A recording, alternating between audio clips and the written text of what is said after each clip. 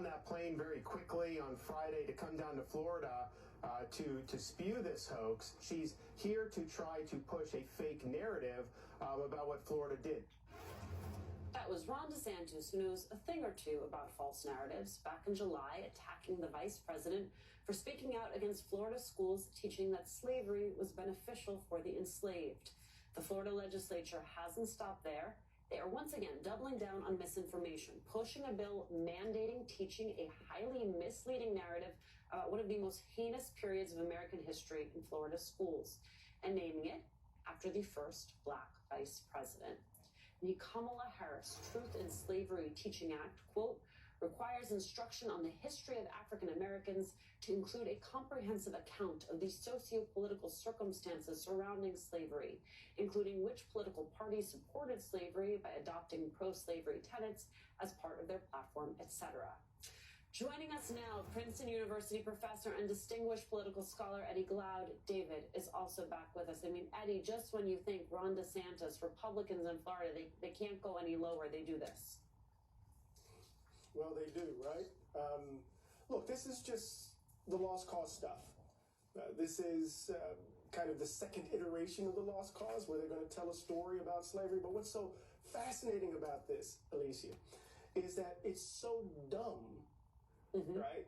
I could easily respond to it. I could tell a story about the founding of the Democratic Party in 1828. I could tell the story about the founding of the Republican Party in 1854. I could talk about what happened in the context of the Civil War, what happened with FDR, what happened with Johnson, what happened with Ronald Reagan in 1980. I could tell that story, but it doesn't matter because it's not about the facts. They just want to own. They just want to own liberals. And so I think it's important for us to A, call it for what it is, a deep-seated ignorance, and B, to call it for what it is, a deep-seated cynical play to own liberals. And we shouldn't play that game, even though I'm not quite a liberal.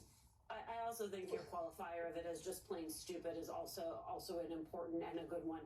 To read some of the speech, this is from the vice president. This is the speech she gave that DeSantis objected to, quote, adults know what slavery really involved. It involves rape, it involves torture, it involves taking a baby from their mother. It involves some of the worst examples of depriving people of humanity in our world. It involves subjecting people to the requirement that they would think of themselves as less than human. How is it that anyone could suggest that in the midst of these atrocities, that there was any benefit to being subjugated to this level of dehumanization? I get Eddie's point that what they want to do here is own the libs, and at the same time, there's sort of a deeper rooted call that they are offering, right? It is by design that they are putting race and slavery at the center of their argument. Yeah, my good friend Eddie Glaude is more of a gentleman than I am, so let me opine on this.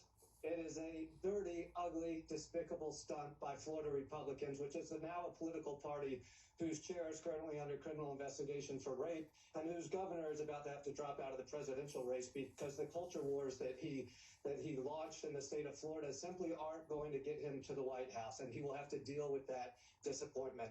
We would say at its root, though, is what it means for children in the state of Florida and students, because it is our children, the children of my wife and I, who will not be allowed in the state of Florida to be taught that slavery and systemic racism has contributed to economic inequality in the United States. That's prohibited now in the state of Florida, and so it will be up to my wife and I to make sure that our children actually learn the truth about the history of race and the economy in the United States. Under Ron DeSantis' leadership and the Republican Party that controls a supermajority in the legislature, they continue to use race as a political tool, and they do so in ugly and despicable ways. And I know that he would say that over a drink, and he might not want to say it now, but I will.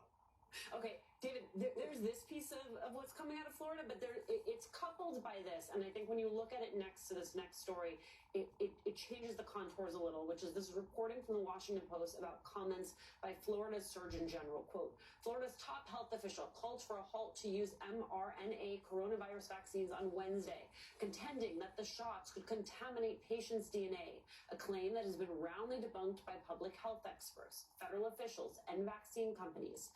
Florida's Surgeon General Joseph A. Ladapo's announcement, released as a state bulletin, comes after months of back and forth with federal regulators who have repeatedly rebuked his rhetoric around vaccines. So the false narratives about slavery being taught in school, when you look at the picture as a whole, how has this misinformation become so rampant? And when you look at it in its totality, just how dangerous is it?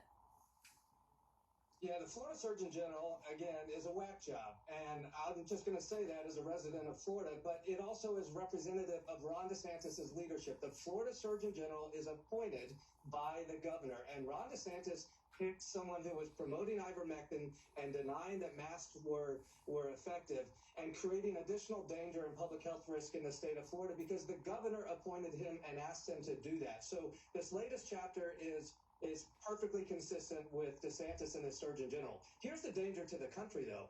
Ron DeSantis has taken his Surgeon General on the campaign trail because it works in Republican politics. Imagine that. The governor takes his Surgeon General on the campaign trail and has recently said if he gets elected to the White House, he'll bring his Surgeon General with him. He has taken Donald Trump's irresponsibility on public health and magnified it in incredible ways Ron DeSantis has. You know, a lot of people, Eddie, bat away Ron DeSantis and Nikki Haley. They say, oh, they're just there for 2028. If this is the vision for 2028, right? If this vision of teaching American